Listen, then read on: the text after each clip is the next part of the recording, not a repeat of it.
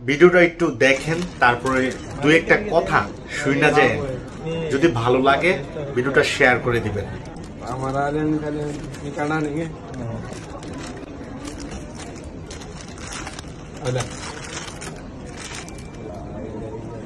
দেখেন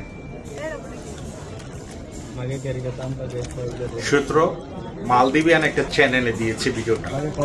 এই ভিডিওটা গতকালকে সামাজিক সোশ্যাল মিডিয়াতে তুমুলভাবে ভাইরাল হয়েছে। দেখলেন তো, প্রায় $৮১,০০০ প্লাস এয়ারপোর্টে এক বাংলাদেশি, মালদ্বীপ এয়ারপোর্টে এক বাংলাদেশি আটক হয়েছে। এয়ারপোর্টের কর্মকর্তা ওনাকে সন্দেহমূলকভাবে ওনার ব্যাগ তল্লাশি করার পরে $৮১,০০০, তার মানে বাংলার কত হাজার টাকা, $1 মিনস বাংলাদেশের প্রায় 120 টাকা প্লাস বর্তমানে। সো কিছু আমার কিছু প্রবাসী ভাই অল্প টাকা লাভের বিনিময়ে এভাবে, জানি না উনি নিজে কাজ সাথে এর সাথে জড়িত কিনা, উনি বলছে যে আমার কাছে এক লোক দিয়েছে, এই ব্যাগটা দিয়েছে। সো আমি এই ব্যাপারে কোনো কিছু জানি না। সো আমার কাছে মাল বলে বা যে কোনো একটা প্রোডাক্ট বলে আমার কাছে দিয়ে দিচ্ছে, আমি বাংলাদেশে নিয়ে পৌঁছে দেব। সো সকল প্রবাসী ভাইদেরকে আমি বলবো যে আপনারা যদি বাংলাদেশে যান, যদি কোনো ব্যক্তি, আপনার পরিচিত ব্যক্তি হোক বা এয়ারপোর্টে হোক, যদি কোনো ব্যক্তি আপনার কাছে যদি কোনো প্রোডাক্ট দেয় বা কোনো মালামাল দেয়, আপনি তল্লাশি করে নেবেন।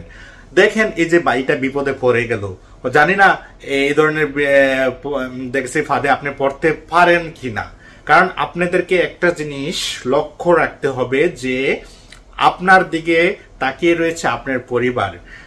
কাউকে আপনি হেল্প করেন বা কিছু অল্প টাকার বিনিময়ে হয়তো $100 বা $200 প্রফিট আপনাকে এখান থেকে দিবে বলে যে ভাই আমার কিছু টাকা বাংলাদেশে নিয়ে যাও, তোমাকে আমি কিছু টাকা দেবো চলার মতো, বা এয়ারপোর্টের গাড়ি ফি বা বিভিন্ন জিনিস বলেন, বা লোভ দেখিয়ে আপনাকে দিবে।